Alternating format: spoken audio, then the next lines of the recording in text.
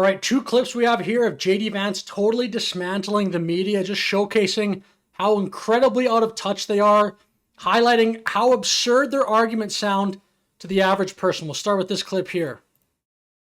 The incidents were limited to a handful of apartment complexes, and the mayor said our dedicated police officers have acted on those concerns. A handful of problems.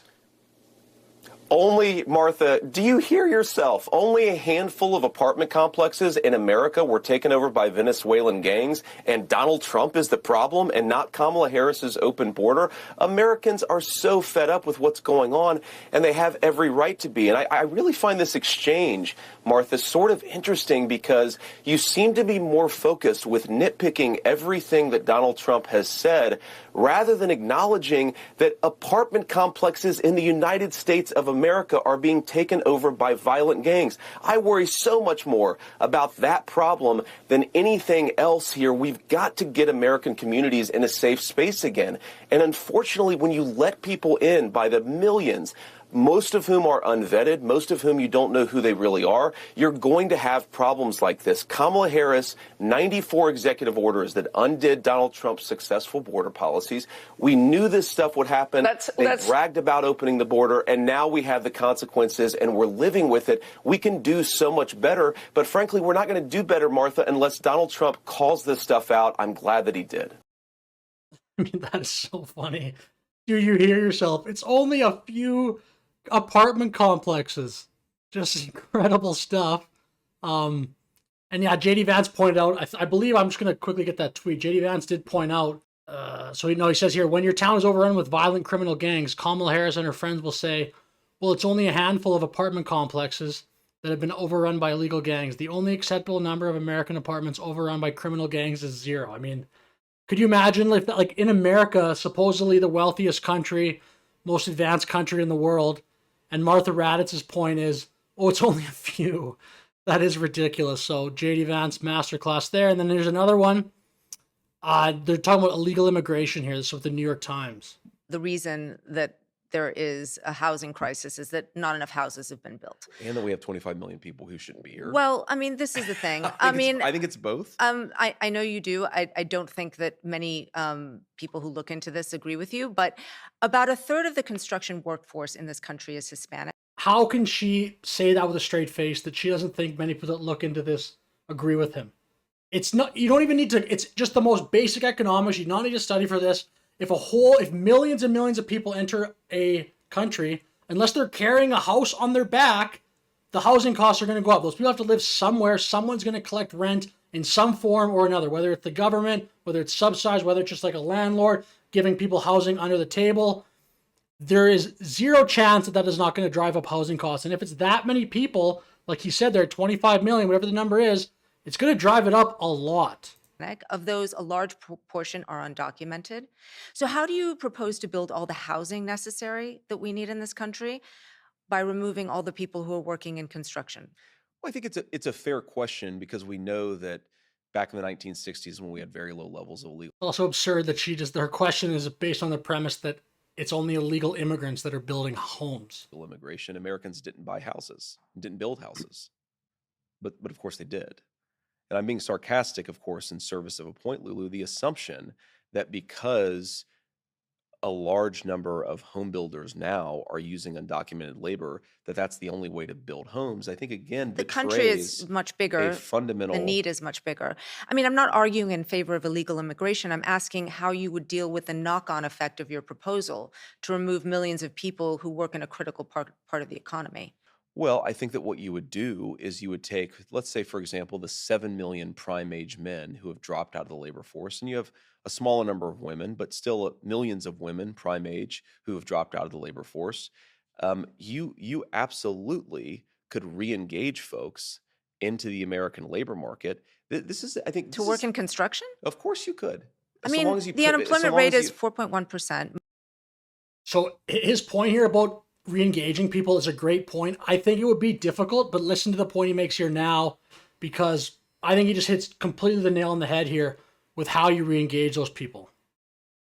Most the people unemployment rate, Lulu, this is important. But most people who don't work can't work in the regular economy. They're in the military, they're parents, they're sick, they're old.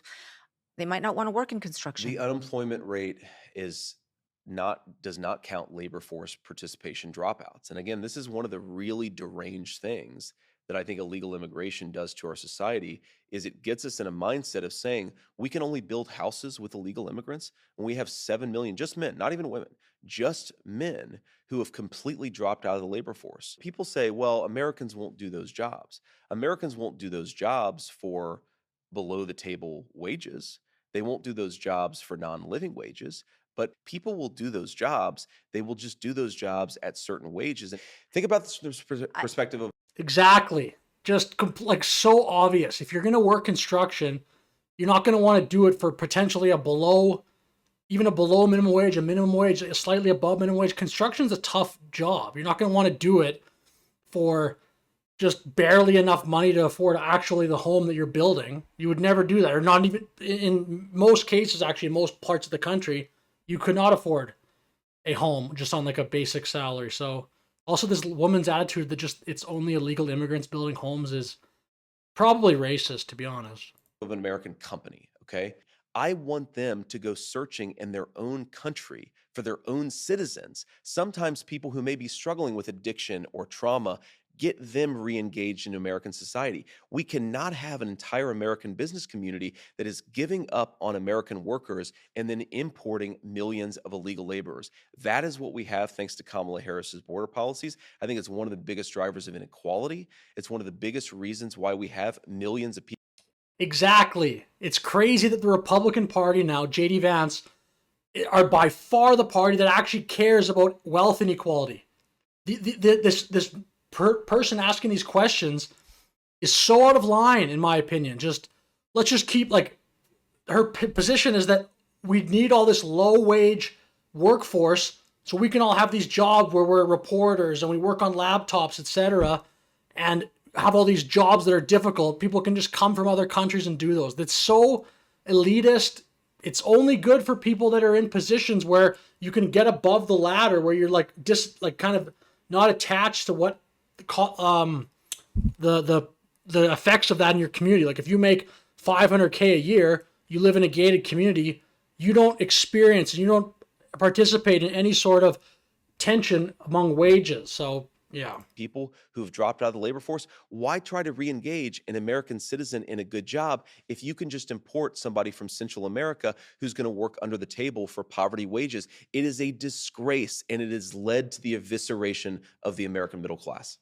I mean, that, like, bravo. That is completely masterclass from J.D. Vance. He's unbelievable at this. And again, like I said, I didn't say it very eloquently, but it is just incredible how the Republican Party now is by far the party that cares more about income inequality and wealth inequality. You can't do this. It's totally unfair to your middle class, to the people that work in, like I said, the C-suite or just work on Wall Street, work in finance.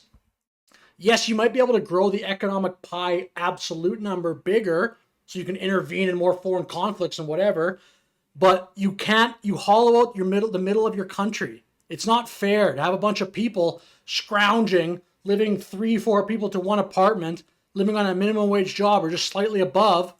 Oh, whatever, let's just open the border, let people come in and do those jobs. Then we can just sit here and have these white collar jobs. It's totally unfair. And yeah, it's incredible that the Republican Party now cares more than just the total economic output. It has to be dispersed somewhat evenly amongst society. It can't just all go to the top. Some of it can. You should for sure have the high performers like Elon Musk that deserve more money, but you've got to have a good mix. So anyway, that's all in the video here, but incredible stuff. JD Vance Masterclass. Thanks for watching. Have a great day.